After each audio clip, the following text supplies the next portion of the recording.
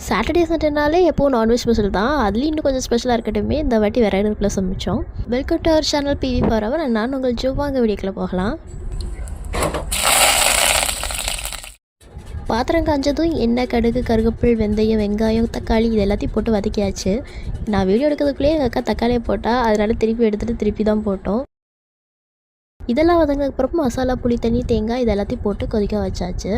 அந்த கேப்லேயே அப்படியே side by ஸ்நாக்ஸும் போயாச்சு. அம்மா நெல்லிக்காய் போட்டால் இன்னும் டேஸ்ட்டாக இருக்கும்னு சொன்னாங்க. ஆனால் நாங்கள் போட்ட புளிப்பு அதிகமாக தான் இருந்தது. அதனால நெல்லிக்காய் போட்டுட்டு திருப்பியும் எடுத்தோம். இதெல்லாம் கொதிச்சு முடிச்சதுக்கப்புறம் 10 நிமிஷம் கழிச்சு அதுக்கப்புறம் மீன் போட்டு 10 நிமிஷம் கழிச்சு இறக்கியாச்சு. இந்த சாட்டர்டே சண்டே உங்கள் வீட்டில் என்ன ஸ்பெஷல் மறக்காமல் கமெண்ட் பண்ணுங்கள். அண்ட் நெக்ஸ்ட் ஒரு நல்ல வீடியோவில் பார்க்கலாம். டாட்டா.